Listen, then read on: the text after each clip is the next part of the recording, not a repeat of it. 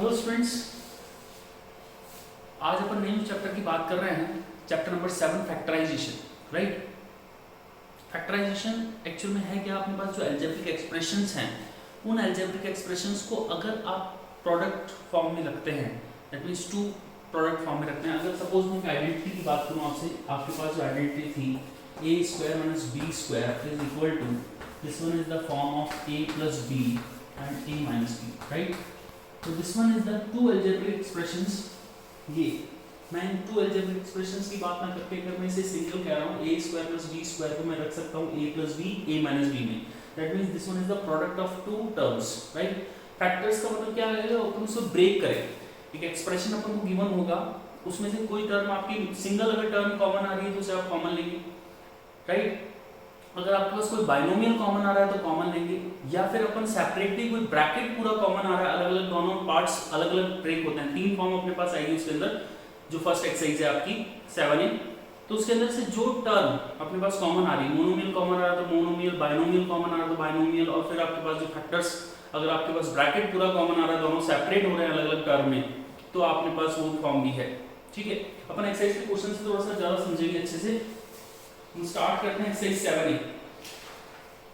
Exercise 7A question number first देखिए, कहता है factorize. Exercise 7A question number first factorize. First part is given, that is 12x plus 15. See student, here is the two terms in this expression. कितने terms है इसके अंदर? Two terms, right? इन दोनों terms के अंदर मैं देखूं तो यहाँ पर constant 12 है, यहाँ पर constant 15 है।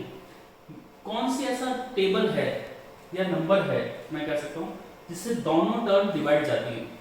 12 भी उस टेबल में आता है और 15 भी उस टेबल में आता है। तो आपके पास टेबल है 3 का, 3 4 12 और 3 5 15। राइट, तो इन दोनों से क्या कॉमन आ सकता है? That is 3 is common. 3 is common. 3 की टेबल से आप क्या कर सकते हैं? दोनों में डिवाइड कर सकते हैं। देखिए, डिवाइड करना और कॉमन लेना बिल्कुल सेम बात है। आप कॉमन लेने को बिल्कुल डिवाइड करने की तरह मान के चलेंगे कि अगर मुझे किस टर्म में कॉमन कुछ लेना है, तो कॉमन लेने का मतलब क्या है कि उसमें किस नंबर से डिवाइड जा रहा है। और सेम एक्सप्रेशन में से आप अगर कॉमन ले रहे हैं, इसका मतलब दोनों टर्म्स के अंदर उस नंबर से क्या देना चाहिए? डिवाइड जाना चाहिए। 3 से 12 में भी डिवाइड जा रहा है और 3 से 15 में भी डिवाइड जा रहा है। राइट, तो 3 how many time? That is 4 time. 12 में डिवाइड कितनी बार जाएगा? 4 times x as it is, plus 15 divided by 3 how many time? 5 time, that is 5। So this one is our answer in factorization form. 3 is common and remaining is 4x plus 5। Got it? इसके अलावा इसमें से अब कुछ common नहीं आ सकता। देखिए, यहाँ पर x था बट यहाँ पर x नहीं था, तो मैंने x भी कॉमन नहीं लिया। अगर दोनों वेरिएबल्स के अंदर, अपने पास दोनों के अंदर, दोनों टर्म्स के अंदर वेरिएबल्स होते, x ही होता, एक में x होता, एक में x स्क्वायर होता, तो वहां से अपन लीस्ट पावर अपन कॉमन लेते। ऐसे आगे क्वेश्चंस आएंगे, अपन देखेंगे। और क्वेश्चन देखिए, this one is third part. First question third part is that is 9n minus 12n square. अब देखिए यहाँ पर 9n माइनस 12n स्क्वायर, यहाँ पर अपन देखते हैं सबसे पहले इसमें डिवाइड किससे जा रहा है? 3 से जा रहा है। इसमें डिवाइड किससे जा रहा है? 3 से जा रहा है। राइट, मैक्सिमम जहां तक डिवाइड जिस नंबर से जाता है वहां तक अपन कॉमन लेते रहेंगे। ठीक है, 3 से इसमें डिवाइड जा रहा है, इसमें भी जा रहा है, तो 3 इज कॉमन। राइट, फिर देखते हैं यहाँ पर n की पावर 1 है, यहाँ पर n की पावर कितना है? 2 है। तो अपन n की लीस्ट पावर को कॉमन लेंगे, n की छोटी पावर, राइट, स्मॉलेस्ट होगा वो कॉमन आएगा। क्योंकि डिवाइड करते टाइम अपने पास या तो उसके इक्वल या फिर उससे छोटा, उससे बड़ा कभी भी आप कॉमन नहीं ले सकते। तो n इज कॉमन, n की power 1 is common. Then remaining is, यहां देखिए 9 को आप डिवाइड करेंगे 3 से, how many time? 3 time. Right, then n is outside, n बाहर है आपके पास, minus 12 divided by 3 how many time? That is 4 time. And n square में से एक n अगर बाहर आ गया तो एक n क्या होगा? अंदर बच जाएगा। तो final answer is that is 3n bracket 3 minus 4n bracket close. Right, समझ में आया? कर सकते हैं आप ऐसा।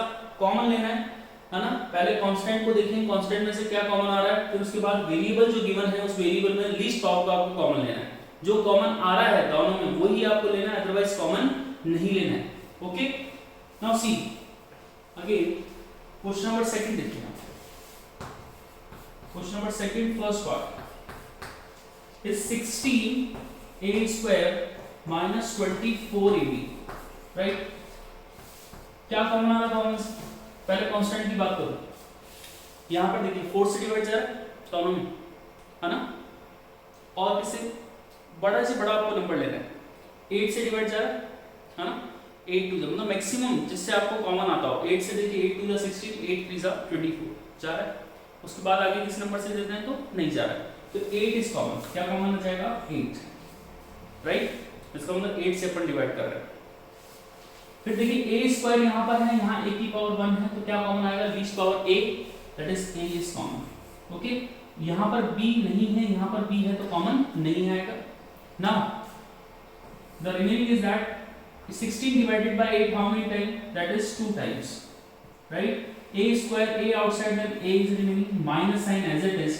Now 24 divided by 8 how many times? 3 times, that is 3. A is outside already, then remaining is that is b. So final answer is that is 8a bracket 2a minus 3b. अब देखिए यहाँ अगर सबसे पहले मैं 2 कॉमन ले लेता, फिर मुझे वापस कॉमन लेना पड़ता, फिर वापस मुझे 2 कॉमन लेना पड़ता, ऐसे मुझे 3 टाइम्स कॉमन लेना पड़ता। वो भी आप कर सकते हैं नो डाउट, बट यहाँ पर आप सिंगल टाइम में अगर उसको सॉल्व करना चाहते हैं तो आप मैक्सिमम नंबर वो लीजिएगा। 2 और 3 में से कुछ भी कॉमन नहीं आ रहा, मैंने जो ब्रैकेट आपको बच रहा है 2a minus 3b, इसमें कुछ भी कॉमन नहीं आ रहा, राइट। तो इसका मतलब है कि जो मैक्सिमम नंबर से डिवाइड जा रहा है वो अपन क्या ले लेंगे उस टाइम? कॉमन ले लेंगे। और देखते हैं one more part, see this one is second question, third part देखिए, that is 12x square y cube minus 21x cube y square. Okay, अब यहाँ पर चेक करना है 21 एंड 12, राइट। दोनों में से किसका डिवाइड जाता है? 4 का जाता है, नहीं जाता, 4 का 12 में जाता है, 21 में नहीं जाता, ठीक है। और किससे जाता है? 3 से जाता है, ठीक है। 3 से जाता डिवाइड, तो 3 इज कॉमन। फिर x स्क्वायर यहाँ पर है, यहाँ पर x क्यूब है, तो क्या कॉमन आएगा student? That is x square. फिर यहाँ पर y क्यूब है, यहाँ पर y स्क्वायर है, तो इस पावर क्या है? y square is common. Now divide by 12 to 3 how many time? 4 time, that is 4। Okay, then x square is outside, y cube में से y बाहर आ गया, तो क्या बच जाएगा अंदर? y minus sign as it is. Now 21 divided by 3 how many time? It is 7 time, that is 7, right. x cube x square outside, that is x is remaining, y square y is outside, that is remaining is 4y minus 7x. Got it? So our answer is that the factorization of the given expression is 3x square y square multiplied by 4y minus 7x. Got it? Remaining part you try to solve. Okay? Thank you.